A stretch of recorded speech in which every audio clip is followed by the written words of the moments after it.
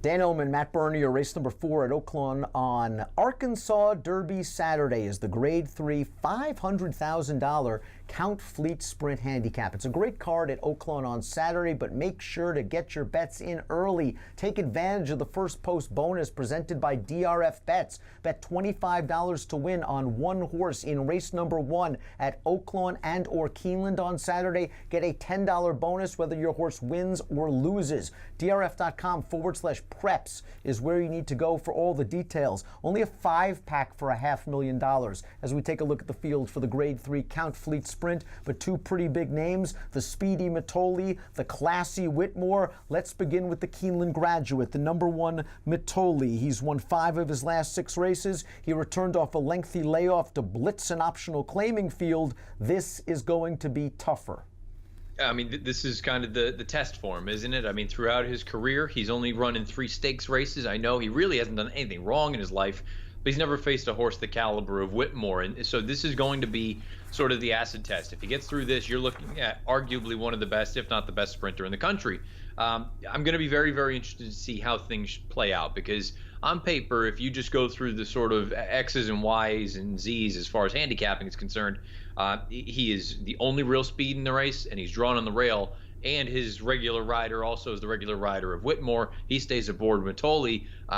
Speed nearest the rail, you just go. I want to see what happens when Whitmore confronts him. Does Mitole dig in and go on? I found it interesting in going through his Timeform US past performances that in just about every one of Mitole's races, and he's run fast races on the Beyer scale, and he's done it on the lead, he's done it with advantageous blue color coded situations. The problem for Whitmore and fans that want to try to beat Mitole is, guess what? The Timeform US pace projector for this race, a blue color-coded situation, which might favor horses on or near the lead. It's possible Mitole simply shakes loose once again. But Whitmore is a hard hitter. He's banked almost $2.5 million in his career. He won this race in 2018. He won this race in 2017. He did it after successfully prepping in the hot springs. That's what he did last time out, and I thought it was a good effort. He broke a little bit slowly from the inside post. He worked out an in-out trip. It looked like he was going to win by 5 turning into the stretch, but I think he was a short horse, Matt. I think Ron Moquett always circles the Count Fleet Sprint,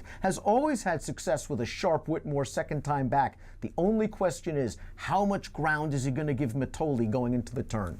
Yeah, and that's really, I can't argue with anyone that says just strictly from a handicapping standpoint, he's going to have too much to do with a sharp horse like Mitole down on the inside out there winging and dinging. But there's a part of me that thinks that Whitmore, you know, he has had those instances in his career. I understand probably his most comfortable running style is coming from a few off of it, sitting, waiting, and pouncing. I think if push comes to shove, I think Luis Saez has got to be aggressive. The last thing you want to do is let Mitole just walk out there, and I don't really have much faith in the other horse's ability to keep him honest early. I think this could end up being a bit of a match race where those two just go out there, and it's survival of the fittest. Whoever ends up being the fittest at that distance is the one that gets it done. We'll find out if Mitole can pass the acid test, but Whitmore, to me, he's the class. I really believe he's one of the more underrated horses in the entire country. Go back and watch his Breeders' Cup Sprint, where he gave up a lot of ground at the start of that race after breaking poorly, and he came with a good, strong late run, and it took a true champion in Roy H. to beat him. Whitmore is a very good racehorse. Let's talk about the others. They got work to do. The 2 is Bourbon Cowboy. No match for Mitole, 2 starts back, but wheeled back on 22 days, got a drop in class, and came from well off the pace to win. The 3rd horse coming back to finish 3rd again with an 88 Beyer. With this pace situation, and not only having to beat 1 good horse, but 2, it might be too tough. Yeah, a minor award to me seems like a ceiling here. Like you say, I guess if anything, Bourbon Cowboy actually flattered Mitole coming back and winning that next start with the 88, but he wasn't within shouting distance of Mitole. I just think he's got too much to do. Storm Advisory ran really well in the Mr. Prospector. I think you liked him that day at 16 to 1, and he ran great, especially considering what Cold Front has come back to accomplish since that race. He got a great trip and ride by Robbie Alvarado. They tried to go a mile with him in the Hooper, and well, I thought he ran okay, all things considered. I think he is more of a late-running sprint type. Last time out, recruiting ready, just was able to blitz that field. 0 for 12 on a wet track, however. We are expecting a little bit of wet weather at Oaklawn on Saturday.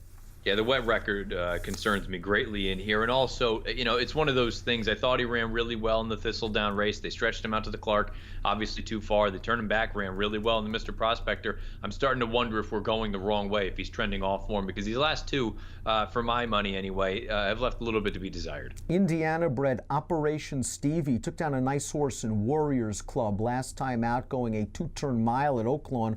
Warriors Club came back to run second with a 98 buyer in the Commonwealth last week at Keeneland. But Operation Stevie, I thought, just had the perfect setup last time out, where they were running and gunning on the lead. He sat last all by himself, never got off the inside, shot up the wood, and got it done. He's going to have to turn back, and he's just going to likely be outrun early. Yeah, I mean, that's the way I looked at it. Boy, he might be spotting the top two, 5-10 lengths at that point. I just don't know that he's going to have enough time to run them down. Top pick time for the Grade 3 Count Fleet Sprint Handicap. You're going with the class. I'm going with the speed. It should be a fun race. It's got to come down to these two, right?